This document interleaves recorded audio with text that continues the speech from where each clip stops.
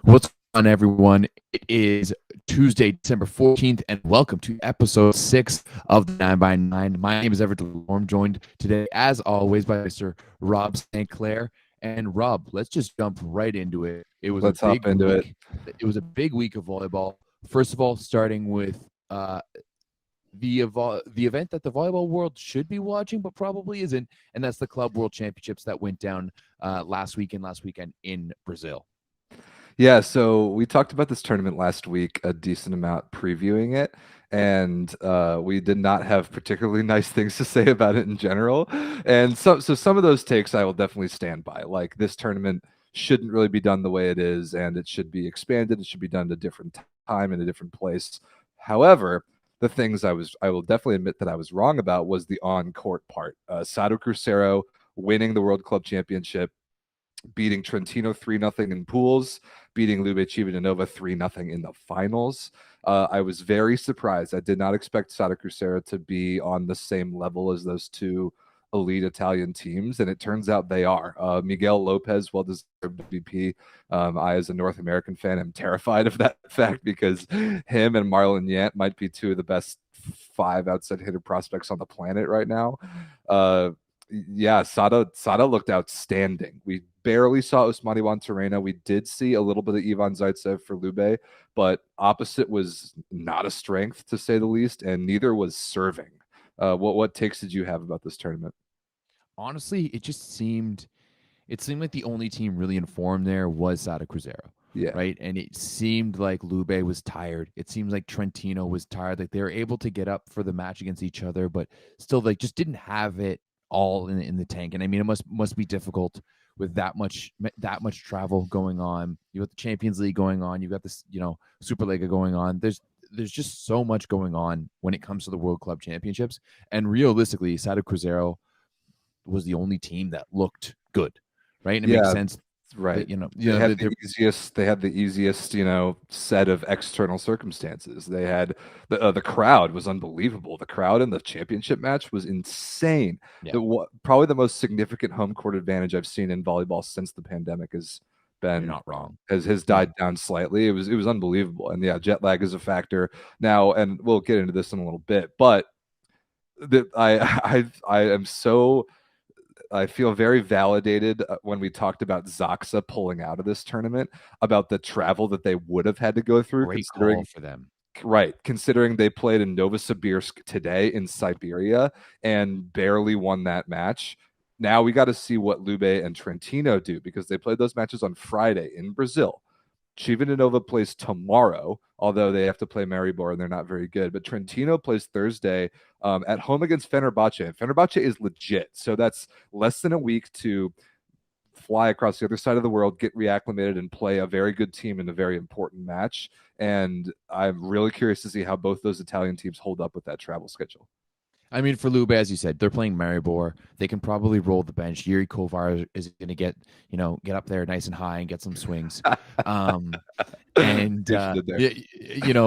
Trentino gets to play at home. They don't play till Thursday, so I think both those teams are going to be all right. But 100% for Zaxa, right? If they had to roll up against Novosibirsk in Siberia today, no, man, there's no way they come away with that win, no chance, right? no because Novo was actually out to play today, right? Like right. that was the team that we were expecting. Sure, the result still went 3-1 to Zaxa, right? But Novosibirsk was ready to play today. So great call by Zaxa for not playing. But back to the competition. You said it yourself, man. Marlon Yant, you led the tournament in scoring. Micheletto was number 2. Lopez was number 3. And you know what? I admittedly, I'd kind of forgotten about Lopez, because he's not playing in Europe. We haven't seen Cuba play as a national team since the 2020 Olympic qualifiers back in Vancouver, right? So, like, I had kind of forgotten about him. And then, sure enough, he's there playing for Sada Cruzeiro on the left side, albeit this time. But man, he's just something else. The quickness, the way he closes off to the ball, the quickness of his approach, and the speed of his arm swing are really two things that we've never really seen. If you look at guys like Matt Anderson or Leon or even Grosjean for that reason, they're all good attackers because of big, strong shoulders or stature. Whereas Lopez is a smaller guy. Sure, he can jump, but the speed of his arm swing is absolutely ridiculous. If he's going to be throwing a baseball, you have to think that his fastball would be upwards of 95 miles an hour, right? He is absolutely pinning balls. And the fact that they have both him and Marlon Yant, you're more than right. Like the two of the best young players coming up right now, both going to be playing for Cuba. I know we've seen jokes in the Discord about that. Hey, Lopez is going to be running away to Brazil, but I don't think that's going to be happening anytime soon since they're allowing him to play professionally. But not only was it this coming out party for young Cubans, but it was just a coming out party for just young players as a whole, right? So if you're looking at the top scores in this event, you got Yant, Micheleto, Lopez, and Lavia, all in the top five. The first kind of old timer, if you will, is Wallace de Souza at fifth, Matej Kaczynski at seventh, but then you've got Pat Gassman coming out of Hawaii, slotting in at sixth, right? So a lot of young guns just coming out to play in this one and really showing that the future of volleyball is going to be really bright. Yeah, it's interesting that we got that sort of spotlight on the young players in an event that's billed as the World Championship. And I think we talked enough last week about the sort of shortcomings in the oversight and the planning of this tournament, so we don't have to go over it again. But it's kind of like how we see Continental Championships sometimes and sometimes VNL, where that is the spot for breakout young players to show up and do some big things, but that's on the national team stage. So it was cool to see that in a club arena. And I agree with you. The last I saw of Miguel Lopez was on the right side for Cuba in very early 2020. And it's not that I've forgotten about it, but we just don't really watch Brazilian club volleyball nearly as much, like not even close. It's more difficult to watch. They don't play Champions League, like the whole thing. So, but which is also weird because it would be prime time for us. Yeah, like you're right. The timing we could would be watch it in the significantly evening. better. Which was weird about this tournament was actually watching matches in the evening in North America. I'm just not used to that. I'm used to them all. Like today, I woke up and I tuned in just in time to see the last 2 points of Zaksa versus Novosibirsk because it was in Siberia so many hours ahead. So that was funny. Back to the Lopez point, he might have the fastest arm I've ever seen.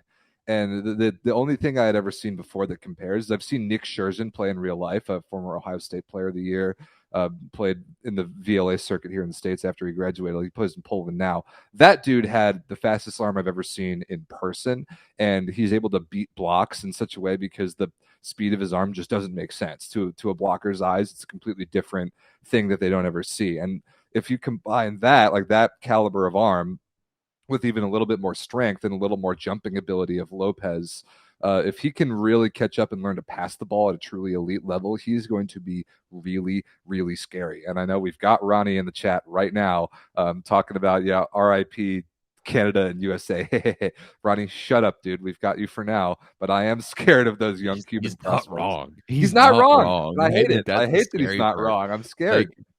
We've just had we've and you know what? Like I've talked about this before, but I think Canada got very lucky.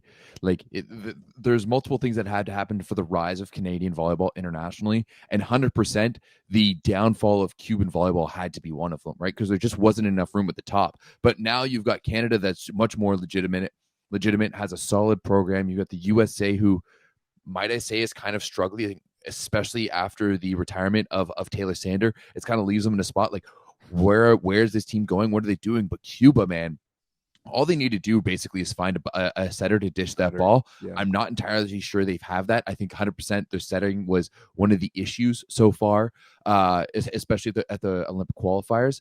But man, those Cuban guys, and not only just the Cuban guys, but the young guys are for real.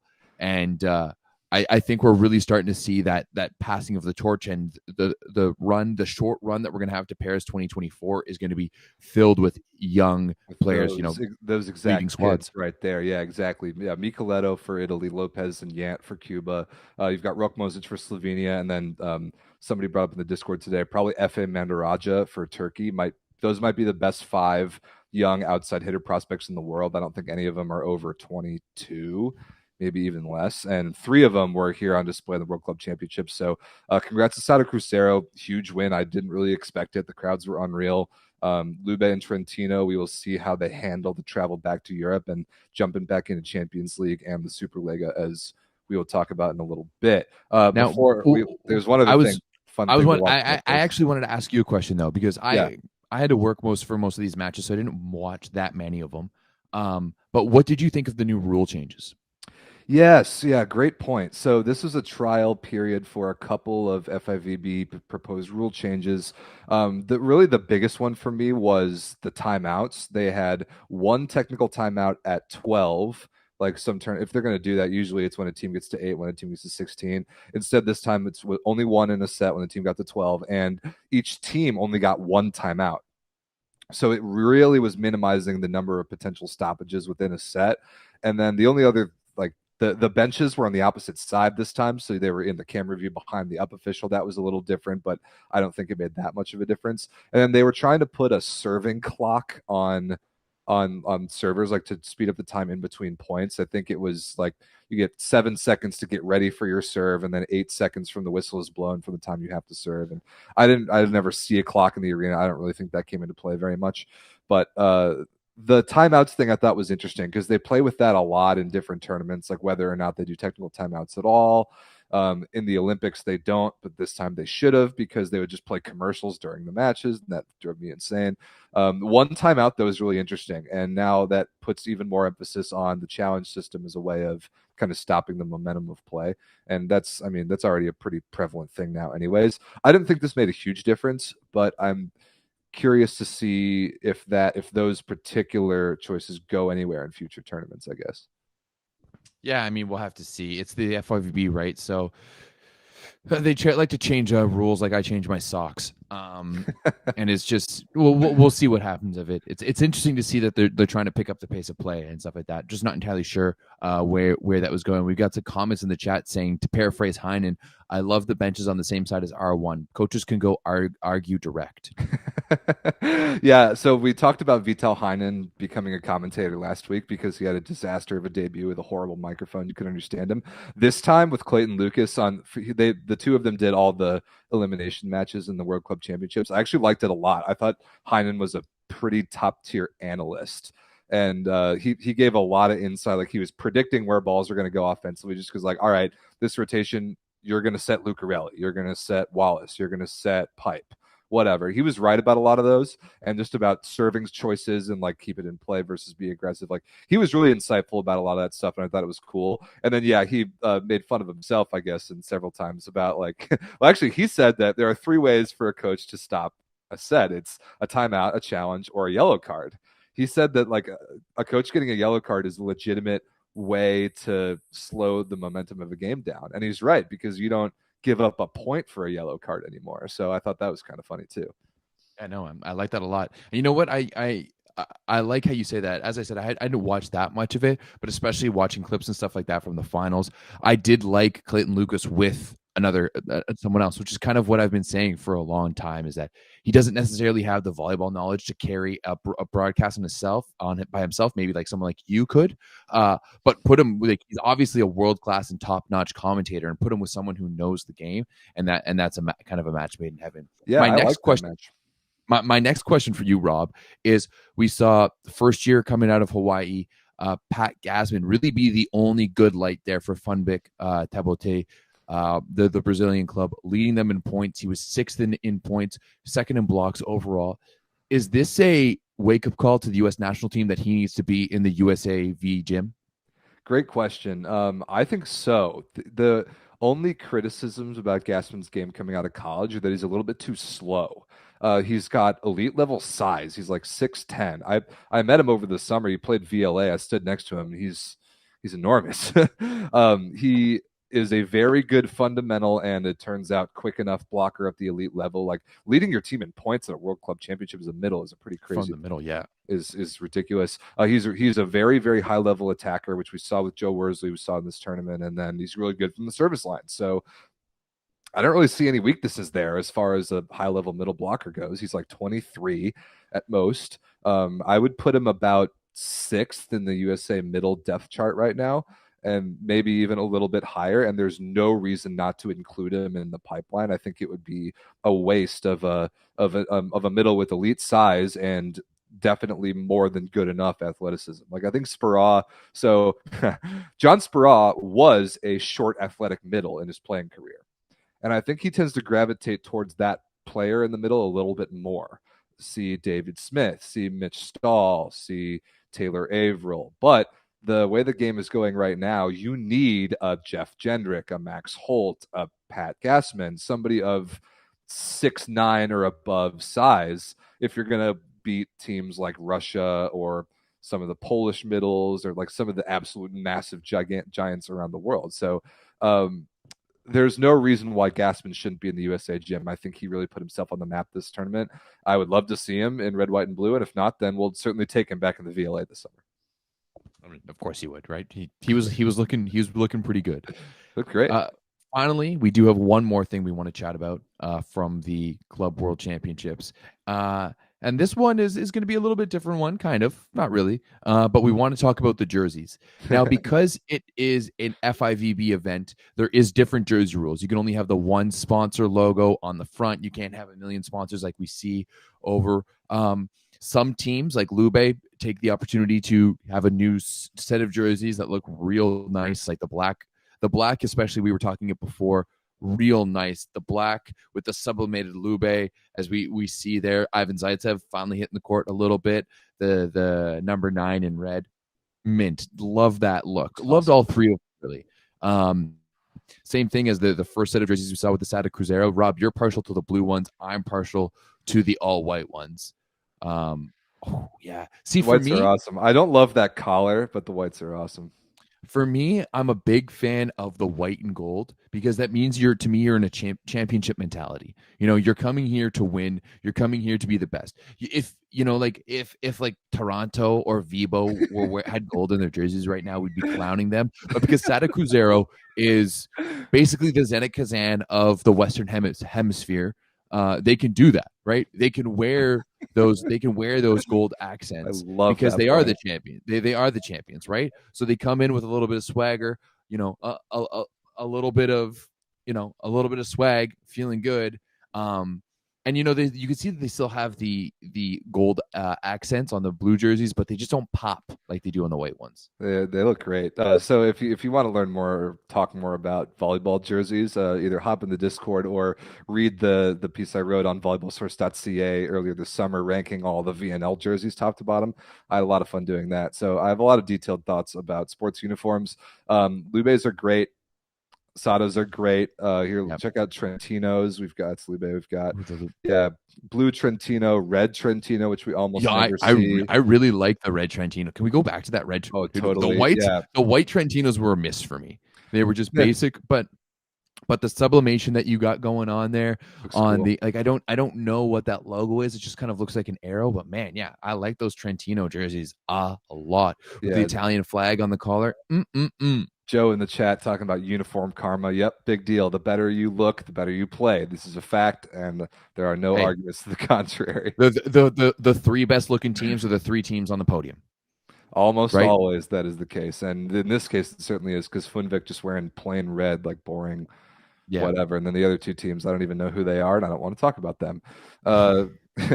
Trentino, I think, benefited the most from the FIVB's rules regarding jerseys in this tournament because Trentino's normal looks are just so unbelievably cluttered by ads. So busy that just removing most of them really helps you clear up like what's actually going on there. Lubes are great. I would like to see them stick with this look more, especially red numbers on black. But again, they have so many ads. It's actually outrageous. And then I don't even know what Sada's normal jerseys are. They're pretty similar to this. They've got this green Sada logo on the front, but a look that we're used to. A lot of good stuff come out of this tournament. We see it a lot, like the Olympics, for example, like I wrote about in the column this summer, are the most strict about like jersey regulations. You can't have any ads at all, like none whatsoever. So you see a lot of teams in the Olympics have only one-off sets of jerseys for that tournament alone. Then national team stuff, you can have a couple. FIVB, just FIVB in general stuff, you can have a couple, but not too many. But then in the domestic leagues, like all bets are off. Like just splatter as many ads on your jerseys as you possibly have real estate for. To be honest, though, at the same time, I do think it's the FIVB missing the mark, right? because like if you're anything but the title sponsor for one of these clubs and they get to go to what quote unquote should be the largest event of the year, right? The Club World Championships should be the pinnacle for any club team, right? And you don't get to see your logo on your team sponsors. Like I think that is I, I think that's detrimental ultimately, Okay, just that's a to fair some of point. the club teams. That's a fair point. Yeah, CEV's got their own rules as well. Yeah, jerseys are great. If you're like Trentino, for example, Lube that are playing in Italy, Super League, or like Champions League and World Club Championships, they have different jerseys for all those. It's pretty wild. Yeah, I like nerding out about that stuff. So if you're listening on the audio form of the podcast, you're going to want to go back and watch the video to actually see the jerseys that we're talking about. Otherwise, this conversation is useless to you. But yeah, I think that about wraps it up for World Club Championships, a tournament that we were clowning on, but actually delivered some pretty good matches. Yeah, towards the end, of course. Yeah. Once we got into the semis and stuff like that, and when the Italian teams were playing each other, but Yep. would like to see some variation, maybe some different teams, maybe open up the field a little bit. Yeah, there's a lot to be improved upon there. We hit on a There's lot a lot of of it work to be last done. week. Yep. Next piece of big news coming out this week. Douglas Souza just up and leaves Vibo Valencia and pieces out back to Brazil. The details around this are kind of fuzzy. Douglas claimed after the fact that he didn't blindside the club. He said that he informed them that he was leaving. But the club initially was like, yeah, we had no idea this was happening, and we're going to take every step we can to defend ourselves. What a weird situation. First of all, Douglas has been hot garbage this season. He's been absolutely horrible. He's been bad. Bad. Real bad. Not even just Yep. bad for the amount that they were paying him. He's just been bad straight up, like with the salary normalized. The only good player on Vibo this year has been Flavio in the middle, because Mauricio Souza has been bad, or Mauricio Borges has been bad too. And Yuji Nishida's out. So Douglas Souza just pieces out and goes back to Brazil. Rumored to go back to be doing a reality show. Yeah, a Big Brother-esque reality show. That he's going to be on this reality show, and I mean, let's be honest. Douglas Souza's like star value really blew up this year. He came out as being an open LGBTQ athlete, which of course, like, more than happy to support him. But you know what? In terms of volleyball stars, there's not many volleyball stars who have 1 million followers on Instagram or on any social media for that matter. Right? He blew up in popularity this year, right before the Olympics. He had a huge. I think he went viral on some other Brazilian celebrity's TikTok, I think, and gained just a massive number of followers. And he said, I want to be the best gay athlete on the planet. He said he wanted to, as far as like gay athletes' level of athletic success, he said he wanted to be viewed as the best gay athlete in the world. And then he goes to Italy for the first time and just completely stinks it up. And just, like, I won't really touch any of the off the court issues that he might have been having, because who knows what they are. Maybe he didn't feel he clearly didn't feel nearly as comfortable in Italy as he does at home in Brazil. But on the court, he was just not good. It's a huge step back in his playing career, because usually when he sees time on the national team, he's pretty good. But we didn't see anything close to that this club season in Italy. So he's gone, totally leaving his club in the hole. And for some reason, they've chosen to go out and replace him with Christian Fromm, like one of the worst outside hitters in the French league, from a Caen team that is terrible. Like, that was an even weirder move to me. Although, as soon as Douglas left, Vibo came out without him and beat Padova in 5. Like, it was the weirdest week ever for this franchise. There's so many weird layers to this. I mean, apparently he's already getting contract offers from Brazilian teams, which, you know what, is to be expected. He's back there. I'm not entirely sure if that's going to work. Like, is the FIVB going to let him? How does this work? Because I know that, you know, if a North American player, for example, negates on their contract that way, that there's fines to be played. They have to pay back salaries, you know, like before they can play again. How is that going to work? But you know what? My comment to this is that only in volleyball would this happen, right? This is a completely uniquely volleyball situation, right? Because let's be honest, no soccer player, no hockey player, football, basketball, tennis, golf, no matter what, of any stature, okay, like of up to a certain stature, would leave in the middle of the season, regardless of how good they're doing, just to go be on a reality TV show. And we've got people in the chat board saying, hey, apparently Big Brother Brazil is a really big thing in Brazil. I don't care. Yeah, I Aaron don't care Rodgers about that. isn't going dropping off the Packers to go be in Big Brother USA, which is definitely bigger Or than to Big Brother or to Brazil. go host Jeopardy, which was the rumor. Okay, I mean, he did get to do that. He did get to do Yeah, stand-in, off right? But season. like only volleyball would this be a thing where like Dude. you as like an athlete can look and be like, there's gonna be downfall. There's gonna be a fallout from this. My career is gonna take a hit, but I don't care because I'm gonna go be on Big Brother, and volleyball can go suck it. Really, like Yeah, dude, this is it's a completely uniquely volleyball situation. I think there are a very select few professional club franchises in volleyball, and they happen to be the good ones that also happen to have the most money, that really instill a culture of professionalism, like true elite sport club professionalism in their teams and in their athletes. And other than that, it seems to me like a lot of professional club volleyball players don't always prioritize it as the number one thing in their lives. It's like they treat it like playing club is their hobby and playing national teams what they look forward to or whatever. But the fact of the matter is most of your money as a professional volleyball player is coming from the salary from your club team. That's your job. Like I can't leave my job to go be on Big Brother Brazil and expect to come back and come back to my job, like literally my career later, and have a spot there waiting for me. Like that is not how that works. Like if you're a professional club volleyball player and playing volleyball is your career, that is what you have to place before everything else. And I don't know what the deal is with Douglas. I think he'll land on his feet just fine because he can go back to Brazil and play there, you would assume. But it's just very strange. It's so weird. You would never see this from like Matt Anderson, for example, even though he took some time off, he That was understood with Zenit Kazan's blessing. with yeah, exactly. He cleared it with his club. It was a club of elite caliber professionalism and organization, and the way those athletes conduct themselves is really professional amongst all other professional sports. That was handled completely differently and significantly better than this. This is such a weird story, and I agree. It's just like it kind of would only happen in volleyball. It's just so dumb. It to me, it really brings his legacy into question, right? Because like the from the outside optics, like I obviously we have no idea what's going on behind the closed doors of that locker room, but like, hey, you are brought in alongside one of the biggest stars in volleyball, like arguably two of the biggest stars in volleyball, especially in social media terms. Yeah, I think social media followers they might be on one one and team, two. They might be right? the top two. Absolutely. And after like what, a quarter of a season, not even, you're leaving because it's too hard. Now we've got people in the chat saying, I heard that Douglas said before the season that if he got into BBR, or I guess Big Brother Brazil, he would leave his club. But still, That like, doesn't make any sense. It does, yeah. no, And I'm sure that the club didn't green light that. Like they're not going to say, absolutely not. "Oh, yeah, you have a conditional out 40% of the way through the season. Just walk away if you want to." No, they wouldn't take that. They need him so that they don't get relegated. And You right must now, be. they're looking like they're going to get relegated, dude. I want to see how much money he's going to be making on Big Brother Brazil.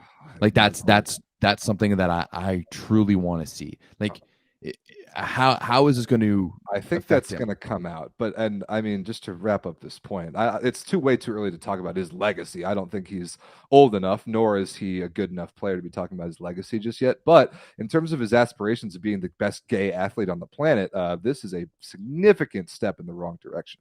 Not only that, but also for me, like I've talked about Yuji Nishida. Is he just the product of the Japanese system? Like he works really well in that one system, which we haven't really been able to see so far yet this year. But really, for me, and Douglas, that's kind of the question. Like, is he only good when he's in that Brazilian system? Right? Is he only good when he's surrounded by his peers and the people that he's comfortable with? Well, right? Because obviously, like this short period of time, he goes to Italy, can't make things work, and he was in an awesome situation where like two other of the athletes on the team were Brazilian, were from the Brazilian national team that he's aware of, that he knows, and he's that could have been that could have been so much worse. It's not even funny. I've talked to so many players that go overseas from the States or from Canada or from wherever, and the situation they're dropped into is infinitely worse than what Douglas had in Viva Valencia, and they survive. Or at the very least, they fulfill the duration of their contract. Yeah, absolutely. Oh, weird situation. it's even weirder the fact that they've gone to go get Christian Fromm, who, as you said, is having a So bad. brutal season for Con, and Not Con good at has all. been literally the worst team in the LNV, right, going from best to last. But yeah, maybe it'll work out for Vibo, but I who's going to be worse? Like who's thanks you for participating? Is it Vibo or is it Ravena at this point? Yeah, we got to incorporate Ronnie's tier list into the show eventually. But yeah, the all you need to know is that the bottom of the barrel teams are referred to as thanks for participating, and Vibo is on a crash course for the thanks for participating caliber of team. I mean, that should also come Yikes. into question since the next level up is a mega team. But hey, we'll get into that another time. All right, and Oh. now for something completely different. We have the women's Final Four of the NCAA starting this weekend. It was a crazy weekend of volleyball. We had a bunch of great matches on Thursday, a bunch of great matches on Saturday in the Elite Eight. The Final Four is set. Louisville plays Wisconsin. That's number 1 versus number 4. Pitt plays Nebraska. That's number 3 versus number 10 in terms of overall seeds coming in. The semis are on Thursday. They are all on ESPN. They are at 7 and 9:30 p.m. Eastern, and then the finals will be on Saturday on ESPN2, and that time has not been set yet. So if you're American, it's very easy to find those games. If you're Canadian or if you're from elsewhere in the world and you need help with streams of ESPN, ESPN2, I don't know how it works up there, Everett, but at least hop in the Discord and we'll hopefully be able to help you out. But It's gonna be tough. It's gonna be it tough. might be tough. Someone's gonna need to set up an illegal Twitch stream, I think, as we did last year. We'll see about that. But some of these matches, like in the Sweet 16, the Elite Eight, were unbelievable. I got to give my Purdue Boilermakers a shout out. Down 14-10 in the fifth against BYU, they bring it all the way back and win 18-16. I was like trying not to scream, like throwing my hands in the air at the office on Thursday morning when I was watching that. BYU then lost to Pitt in the next round.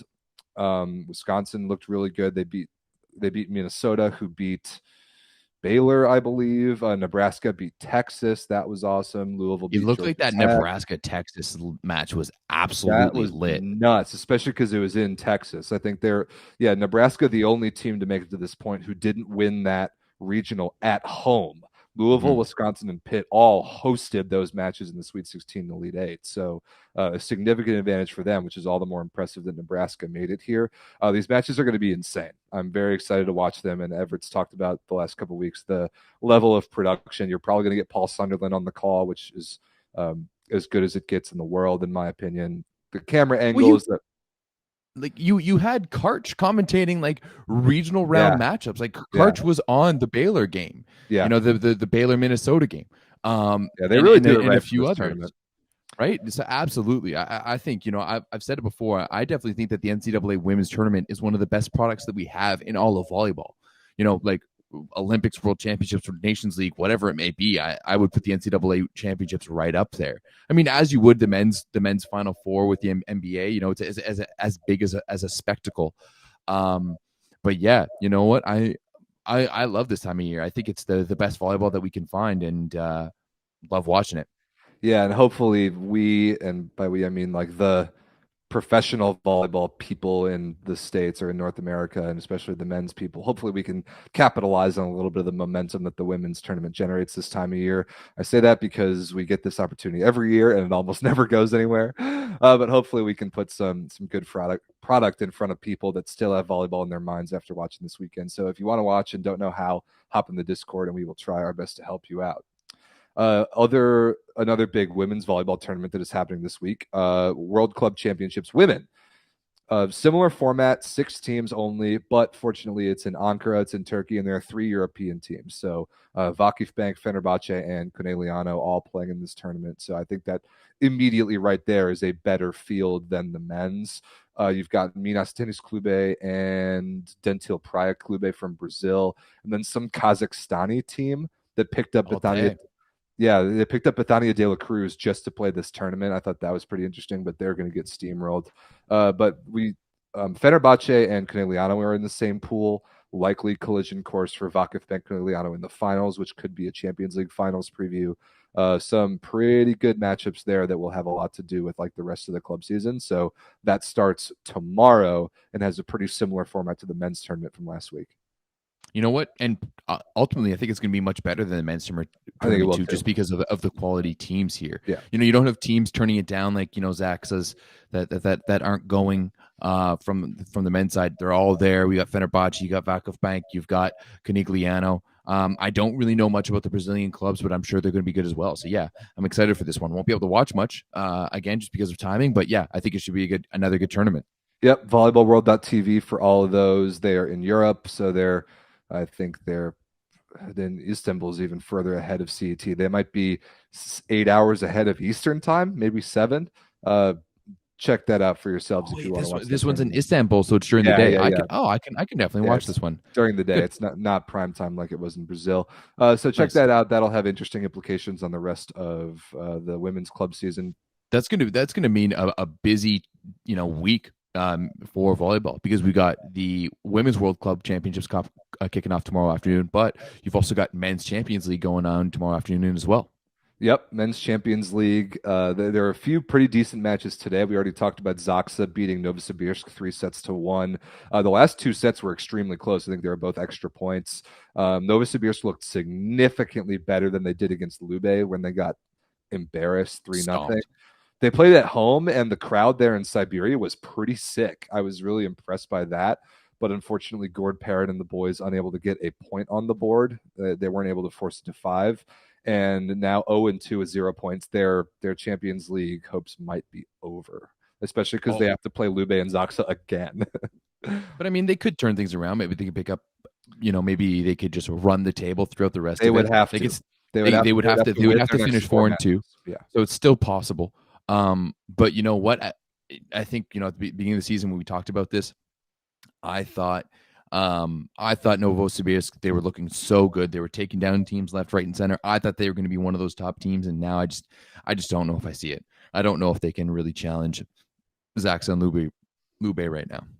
Yeah, I agree with that. I mean, we knew that pool was going to be pretty much impossible, and it turns out that it is. Speaking of the pools, let me put them up on the screen so we can check them out. Wait, that's zoomed in a little bit too far. I'll get to that in a second. Tomorrow, a match that I think is going to be pretty cool, and I might be a little bit biased into why I think it's cool, is Zira Bankasi Akra versus Warszava. Yeah, there we go. That's better. So that's about the only likely competitive match that's going on tomorrow. I think Lube plays Maribor. That won't be close. I think Berlin and ZSP and Pool D play the other 2 bad teams, so that won't be close. But I will be making my Champions League commentary debut tomorrow. So check that out. Warszava versus Sierra Bankasi Akara in Pool B. That match will be good. Warszava had that awesome match against Dinamo Moscow 2 weeks ago. They lost in 5. Ziraat Bankasi is good. They won the Turkish League last year. They lost to Milano in the Challenge Cup last year, and they were part of that three-way, that triangle of outside hitter transfers in the offseason.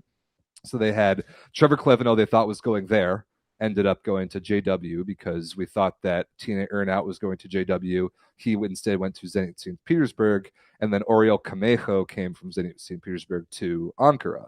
So that's the triangle. They've also got Martina Tanasov on Ankara, a couple of pretty good Turkish players, and then for Shava, we mostly know. So that match will be good. That is at 2:30 p.m. I think Eastern you're missing tomorrow. one of Ziraat Bankasi's best players, and that's Wouter Termat on the Wouter opposite. Termat, yeah, backup. I Dutch love guy. Termat, and he's one of these guys that doesn't get a lot of play on his national team because what, you're going to be putting out Namir from a spot? Hell no, right? But man, he has been lighting it up for years. I remember a few years ago when he was with Berlin, it was just going to town. So he's a showman. He's a lot of fun to watch. He's such a club season gamer. He totally comes to play 100%. In the club season. So yeah, I'm really looking forward to that. You will hear my voice all over a much bigger YouTube stream. So that's 2:30 p.m. Eastern, live on the CV YouTube for free. And then the pre-match show, I will be hosting the pre-match show by myself, and then hopping immediately to go commentate the match. That'll be interesting. So it's 45 minutes before 1:45 Eastern, and then is the pre-match show, and then 2:30 p.m. Eastern tomorrow, Wednesday, is the match. So check those out. And then Thursday, Trentino and Fenerbahce, like we talked about on Thursday, is probably the only interesting one there. Yeah, absolutely. And I mean that it'll only be interesting depending on how jet lagged Trentino is, right? Because Fenerbahce is good, but I don't think they're good enough to beat Trentino in Italy. No, No, me neither. Not at home. I mean, your boy Salvador is going to have to, or Salvador Hidalgo is going to have a monster game for Fenerbahce if they're going to want to even challenge Trentino. But we'll see. We'll see how jet lagged Trentino is. Yep, that'll be interesting. Last question about Champions League. What do you think the average margin of victory per set will be tomorrow between Perugia and Caen? I mean, Perugia's going to go to the bench, right? Like, do we see Anderson and Leon playing all three sets? Probably not. Probably not. Like, we're probably going to get Terhorst. You know, like it's probably going to be Trajka, Terhorst, and who's the Ukrainian kid who I love, the lefty? Yeah, Plotnitsky. Right. So, like, are we going to be able to see? will. Are we going to be able to see the rest of the team? No. Like maybe in the first set, but then they're going to be going to the bench real quick because let's be honest, no one probably respects Caen right now. I mean, Caen is probably less respected than Maribor, right? Like they've been absolutely brutal in the French league, and that's the French league. Maybe Caen will do a little bit of addition by subtraction and losing Christian Fromm, kind of like apparently Vibo did it. They lost Douglas and then they suddenly win a match that they probably shouldn't have won. So maybe Caen will be competitive, but I expect Perugia to stomp on them. Yeah, that's really about it for Champions League this week. So some decent matches. It's basically one decent match per day tomorrow and Thursday. Yeah. I mean, Caen's 2-10 in the French league right now. And that's bad, just brutal. Bad. Brutal. All right, moving on. Elsewhere around, a couple storylines from Italy. First of all, Modena is hot. After that run that we talked about a couple weeks ago, starting with Coach Gianni getting called out by the ownership. They have now won 9 in a row, including CEV Cup, which they've played some very inferior opponents, to be fair. But they beat Perugia. They handed Perugia their only loss of the year, and then otherwise in Italy, they haven't even been touched. So Modena is very hot, but so is Perugia, because Perugia, after losing that crazy 5-setter to Modena a couple weeks ago, have beaten Piacenza, they've beaten Monza, and they have overtaken Lube for the top of the standings. Perugia now 10-1. Again, that only loss to Modena in 5. So the Superlega standings are really starting to separate out into kind of what we thought they would be. There's some pretty clear tier delineations we can make right now in terms of the top 4 that are the usual top 4. You've got Piacenza and Monza right behind them. You've got a big pack of teams right behind that. And then you've got Ravenna. Thanks for participating. You know what, though? I do think that, like, as the Ravenna is going to be bad all season long. Yeah, but I do think that there's that Toronto, Vibo, Verona level just above them. Because remember, there is 2 teams that get relegated this year, right? So there's one of those teams that's going to get out. I mean, Cisterna, they're kind of floating in there. Obviously, they've been struggling after the loss of my boy Arthur Schwartz. But yeah, that middle pack is the really interesting. Padova, Milan, and Cisterna. Right. Like who's gonna slot into those last 2 playoff spots, and who's gonna have to fight for their lives and not get relegated. I see that. That's exactly what I was just about to bring up. Is I see that group as all being in really the same tier, from Padova in 7th right now to Verona in 12th. So okay. Padova, Milano, Cisterna, Toronto, Vibo Valencia, and Verona. No, I would never bet on one of those to beat the other one 100 times out of 100. I think all those head-to-head matchups can go pretty much either way. We were talking earlier, Everett, you and I, before we came on the show, about how streaky and kind of stupid Padova has been this year. All over the place, dude. They beat Monza in 5, they beat Piacenza in 5, they beat Trentino in 5, then they lose to Vibo in 5, and they win in 5 against Ravenna. They gave Ravenna one of their only points of the year. They also got 3-0'd by Toronto. They're just a weird head scratching back and forth team. So I think that pack from 7th through 12th right now, all of those 6 teams are all fighting not only to not get relegated, but also there are 2 playoff spots available for them. So that pack is really interesting, and it's produced some pretty good matches, even like not so the marquee ones that everyone's obviously going to watch, but like the Padova versus Verona match that I did was unbelievable. Padova beat him 3-0. It was a good Padova day, not a bad Padova day. And check out my Instagram for what I really think was the best sequence of 4 points in a row I've ever seen in my life. It was absolutely insane from Padova that day. So there's some cool stuff that goes on in those matches, because I think that pack of 6 teams there towards the bottom is really competitive. Yeah, absolutely. And I mean, it's made a little bit more interesting by how, I guess, mediocre both Verona and Vibo are. Like that, the upper pack, like with Piacenza and Monza was a lot bigger last year, right? And Right. had a lot more teams, both including Verona and Vibo. But yeah, this year the I guess the back markers, if you will, if you want to take an F1 term, is pretty interesting. It's fun to watch.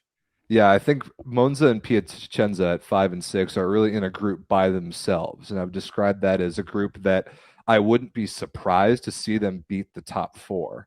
But No, I wouldn't bet on it, but I could certainly I wouldn't be surprised. Past that, other than Padova beating Trentino the one time earlier this year, I don't see any of the teams below Piacenza ever having a chance against Trentino, Modena, Lube, or Perugia. That's no, kind of how not I at all. separate it. Barring something crazy happening, Yeah, but barring something still. crazy.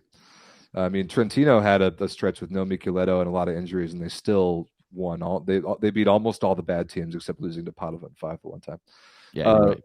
Another piece of news: Osmani Juantorena has come out and said that this is almost definitely his last year for Lube Civitanova. He said that he will not play for another club in Italy, but instead he will probably spend the twilight portion of his career in Asia, so either China or Japan. And I respect that because that's easy money playing in an inferior league, which is with a slightly better schedule.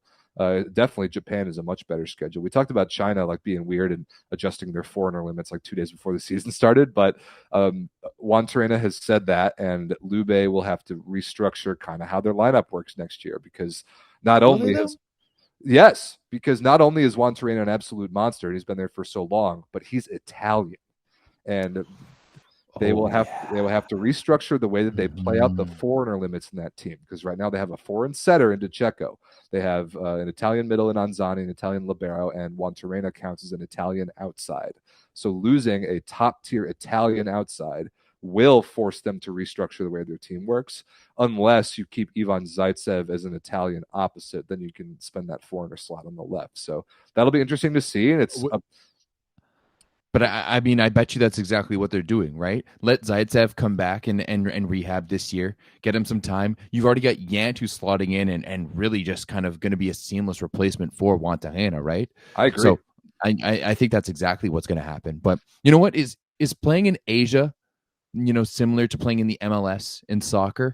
It's either the young players that want to make a name for themselves and get to Europe, or it's the older players who are at the twilight of their career who want to go make a contract and be taken care of. I Right? think That's that's a great comparison. it's exactly like the MLS to me. Yeah. And don't get me wrong, I love the MLS. Toronto had a great season back in 2017 and has been absolute hot garbage since then. But yeah, you know what? And good move on Juantarena. Apparently, he talked to the club and he announced that he would never play for another club in Italy, which shows a lot of loyalty. But man, he's getting up there in age. Like, how old is Juantarena now? I think he's 35 at least, and we've barely seen him at all this year. Like if he had been able to come in for Lube in the World Club Championships, I think that significantly changes the tournament they would have had. Not that either Yant or Lucarelli didn't play well, but just having that presence on the court make a big difference. Honestly, I think the lineup that might have been the best for Lube is Lucarelli and Juantorena on the left and Marlon Yant on the right. I think he might have been better than Zaitsev or Garcia.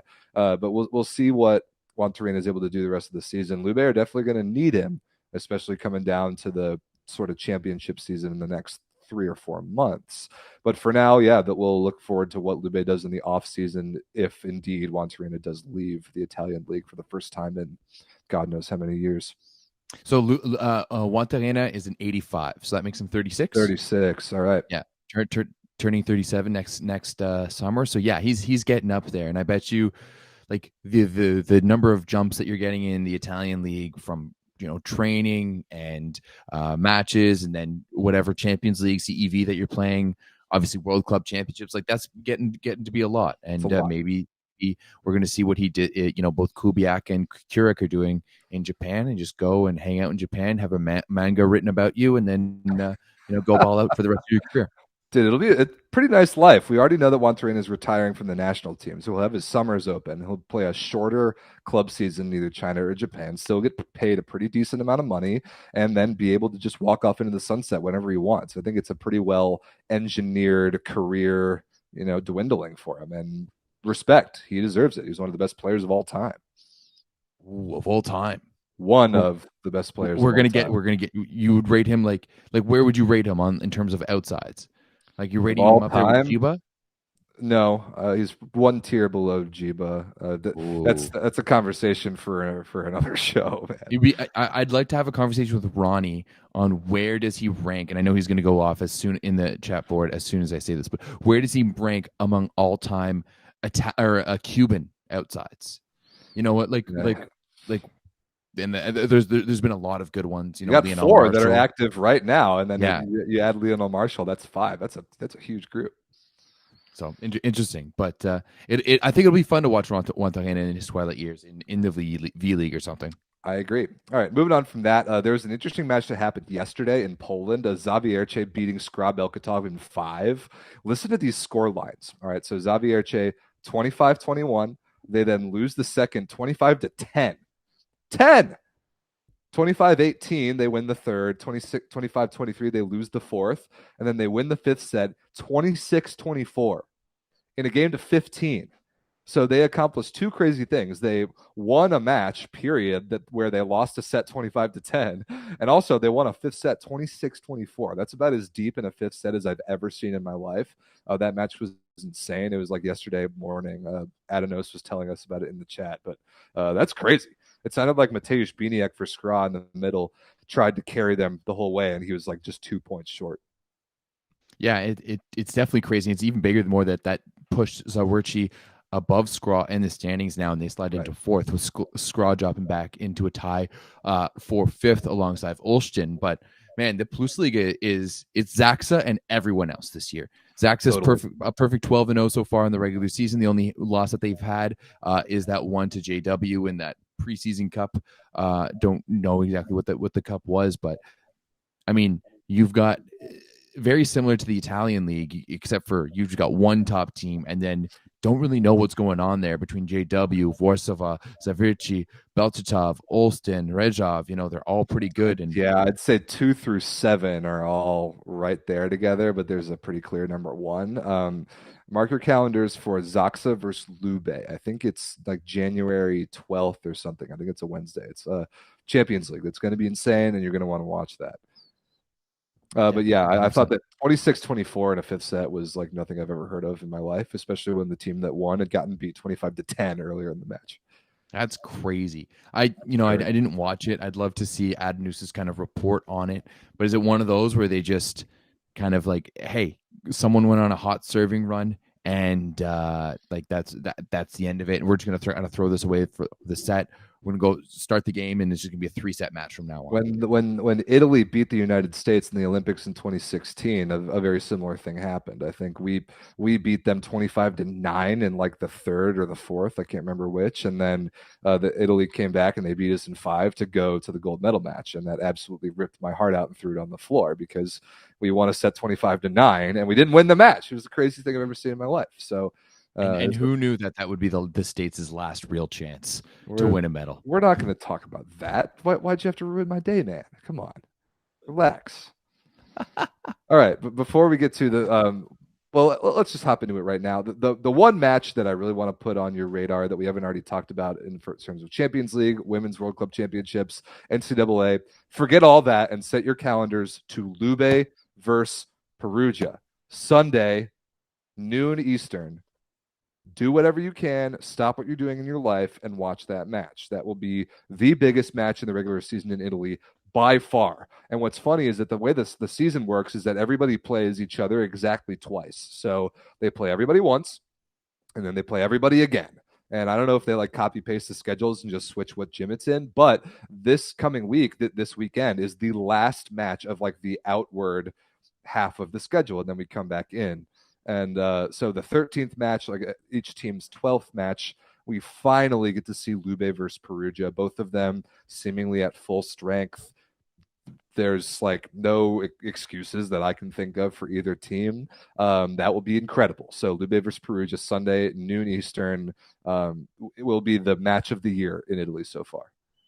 Yeah, absolutely. It will be the match of the year. Both teams, as you said, full rosters. They're both clipping at a high level. Obviously, Lube is gonna they're gonna want it. They're gonna want some blood after having lost that Club World Championships to Santa Cruzero, they're going to want a big team, and it's great that Perugia is that big team, that next big team, because I don't think like they haven't had the chance to face off yet, right? Because they both lost early in the Supercopa, so this is the first true Lube versus Perugia match that we're going to have this season since last season's playoffs, which Lube won. Yeah, this would be the first, which was a little bit crazy. But both these teams went and retooled in the offseason. Both picked up a number of players. We've talked about it before. We don't need to get into it again, but I think this is going to be a really good one. It seems like either team has, getting themselves ready with matches against Trentino or Piacenza, Monza, Modena, of course. But this is the big one. This is the one. This is the one that you want to win, right? And it's definitely going to be an exciting one. I'm happy F1 and all of that other stuff is done, so I can just focus on this match on Sunday. Yeah, it's going to be incredible. Very, very much looking forward to it. All right, we wanted to end the show with a funny little segment. I think Everett had this idea a few weeks ago to propose the most laughably ridiculous rule, potential rule change to volleyball. Like we talked about the potential little rule changes in the World Club Championships, like only one technical timeout instead of two. This is a little bit different from that. Everett, why don't you explain to the people your proposal? First and foremost, I don't think that this one is that laughable, right? It's neither do I think laughable. The first one that we talked about, I think in episode 1-1, we talked about the net touches. I mean, yes, it is pretty laughable, but the net touches isn't laughable. Like that, we literally saw that's that what I'm saying. Yeah, that's what I'm saying. This one is okay. This one's laughable. Okay, it is. So I'd like to see a rule change where you can add an extra libero to the court. Yes, that you'd heard that right. So you'd have 4 defenders, 2 liberos, 4 defenders, and only 2 front row players. And then conversely, you could have an extra front court player and so 4 blockers, only 2 back row players, but no libero would be allowed. That's the type of stuff that I think would be awesome to see. It's got that football NFL vibe where you can change up your defense look, like maybe you're going to blitz, maybe you're going to provide the cover in the back row, right? Like it's very much like 9-man. Of course, 9-man, you can have 4 blockers, you can have 5 up the net. You can kind of make that change a little bit. I think it would be interesting. Imagine like a team playing against Perugia. Hey, let's just put up 4 blockers against Leon. Perfect, right? Or hey, on the flip side, we've got 2 really good liberos. Let's just have them both getting ready to scoop in the back row, and maybe Perugia can do that. Then we're just going to set high balls to the outside for Leon to go to town on, right? Let's change it up a bit. Let's see what we can do with it. I actually really like this. I'm just picturing what it would be like. So just to say that again to make it very clear. So obviously normally you have 3 front court, 3 back court players. In the first situation, you would be completely sacrificing a front court player in favor of inserting another libero. So you've got 2 liberos, and then and it would have to be a libero, right? So that they can't hit, right? They can't libero jersey, libero rules apply to them. But you have to use a substitution for it. Okay. The thing that I was going to propose on the spot, but the thing that I was going to propose is between that, the 2 libero, 4 backcourt player thing versus the no liberos at all and 4 front court player thing. What if you could only use one in a particular match? You couldn't go back and forth between the 2. But the first time you used one of those options, that was your only choice for the match. You couldn't because otherwise you would just put four defenders, 2 liberos and serve receive, and then 4 front court players when you were serving. Otherwise, there's no reason not to do that. So in order to make it interesting, I think we should force the teams to pick one. What do you think of that? Okay. I don't hate that. To be honest, I don't hate that. I think it could be worked on. Maybe not per match, but maybe per set. You've only got one of them. But yeah, no, I think we can work something. I think we can put together a draft and we'll send it into the FIVB. And hey, I'm sure they'll pick it up because we change rules all the time in this sport. Oh yeah, no problem. It would be something that the Indian Volleyball League would kind of do, which I heard as of today might be coming back. No, it is 100% coming back. It's coming under a different league. I've seen it on Instagram. Let me see if I can find it real quick. But yeah, we should talk about it next week when we can get some more details. But yeah, I saw today the same thing. There's some American players heading back over to India. I think David Lee's going back. He was part of it 4 or 5 years ago, whenever it was that they tried it the first time. But this is a rule that they would do over there because they had the best 4 out of 7 sets thing. They had the whole super point thing, which was ridiculous. Love that. I think this would be, they might bite on this. like overloading the front court versus overloading the back court. Maybe that's what we should call it.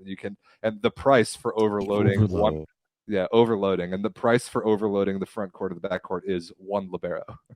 But the reality is that if you were to overload the backcourt with the libero, how different is that than Zaxa having Toniutti drop back to just play defense when he was in the front row last year? Same thing. It's the same exact same thing. You're exactly right. They blocked out of system situations with two, and they had Toniutti pull off and play defense when he was in the front court. Great point. So I think it could be a little bit more dedicated, where you're not playing that cat and mouse game, and that player isn't just taking the tips. But like, imagine having four, like, you've got two defenders and six back, and you're really just able to shift that cup around, right? You can you can have like, and then with the blockers, would you have them kind of skinny in the middle where they could both help in the with that middle attack, or would you even like, if you had confidence in your serving and knew that you could drop bombs, would you have them start out wide on the outside and just sacrifice that and have full one-on-ones to the outside? There's so many different looks to it, and that's why I think I love it. Like, volleyball just, volleyball just gets kind of repetitive sometimes. It's just the same thing over and over again.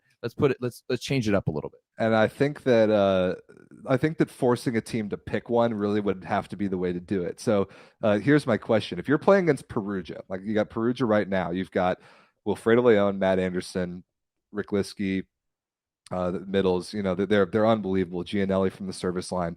They are an equally scary serving team as they are an attacking team. If you have to pick one, do you overload the front court or the back court against Perugia? Front court for sure. Really? Front court. Absolutely. So you would rather try and slow them down attacking than make sure that you 100%. Can slow them down serving? Because if you overload the backcourt, then you stand a much better chance of passing the ball. Like you don't risk as much Wilfredo Leon just torching you from the service line, just losing the match straight up. But the thing is that I don't know if that would change that much. Like, if he's going to torch you, he's going to torch you no matter what, right? Fair point. I think we've seen Liam. We see him go, like, he's not necessarily hitting seams and stuff like that. Of course, sometimes he is, but sometimes he's just straight up overpowering guys and going straight off their forearms, right? So in this scenario, right, like, I think you're just going to give up. Like, you're going to a high ball. You've got the two guys in the front row. You're going to a high ball scenario regardless, right? You're going high balls to the outside regardless. You're not trying to run the middle. Hopefully you've got someone like Namir or something like that who can get the ball over, and then it's just pure blocking, right? Because at that point you're at least getting a double block, if not a triple block. And let's be honest, an OT doesn't really happen unless the block isn't there. Like, you have to be really high over the top, and you have to be hitting over the top of someone like Tony Uti to be able to fully go OT. So yeah, I think that I would want to go 4 blockers. Just make sure that I can get 6 hands, maybe even 8 hands in front of them at any time. Yeah, I think it would be really fun. We'd have to figure out some more of the details, like how does serving work, how does like passing and attacking work as front court players. But the concept of overloading the front court of the back court at the price of one libero, I thought was kind of funny. And it would totally change how teams would be constructed, because a team could like commit for an entire season to doing only one of those things, or you could build a team such that they would do one or the other based on the matchup. Like, kind of like Zaxa would like clearly be a backcourt overloaded team. Pretty much every team in Russia would be a front court overloaded team. Like, exactly. And I like the analogy you made about football, like American football defense, because sometimes you've got four DBs, 5 DBs in the nickel, or 6 DBs in the dime. Like, you can change the position allotment you have on the field based on what's going on elsewhere. It's a good point, and I think it might be kind of cool to see in volleyball. Maybe the VLA would want to kind of jump forward and do some trial tournaments with it. You know what? So I'm glad you brought that up, because the VLA is thinking about a sort of all-star game idea. And that would be a time to try out this sort of thing. Like, for example, there's a great clip on YouTube of a Russian all-star game from maybe 6 or 8 years ago, where, just as a joke, they put all 6 blockers into the front row and just like completely roofed whoever it was, maybe Nikolai Pavlov. That's a great clip. Go look it up. But like, a game like that where there's no actual consequence, like an all-star game, maybe we'll institute the idea of overloading the front or the back court of that. That might be kind of fun. Overload the front and back court. Best out of 7 games to 15. Yeah, I like that. Super point that counts for 2. I don't think I Maybe can even get behind the super man, point. I I think love the too super point, and ridiculous. that you went over and pressed the button, and it was just like, bam, bam, bam, bam. You know, it was like American Gladiator style, where all the lights and everything was going off, and then like everyone in the arena, hey, like the arena knows, like, hey, this is the time. I love the super point idea. I think it's something that should be implemented in 2024. You know, bring it to the Olympics. Why Okay. not? Like, hey, we're switching up when the timeouts are. You know, doing little things like putting the benches on the same side as the referee. Nuh-uh. Super point. That's what we need in volleyball. The super point is where it's at. All right, you heard it here first. I think that's about it for our show this week. Let us I know. do too. Yeah. So if you're listening on audio, make sure you check out the YouTube VOD. Yeah, we are talking about like volleyball jerseys earlier. No point in just listening to that. Come check out the video to make sure you can see the pictures of those and our beautiful faces. We are live on YouTube every Tuesday at 7:30 Eastern, where we like to look and talk to the chat that's live. Thank you guys for participating. Not like derogatory thanks for participating, but actual unironic thanks for participating in the chat. We love seeing you guys. And Well, one day we'll actually have to have Ronnie on, and I would love to have Ronnie on. Ronnie, I want you to message us, because if we can figure out the timing, we'll want to get you on to deliver all of your stupid takes all in like rapid fire fashion at one time on the show. I think that would be hysterical.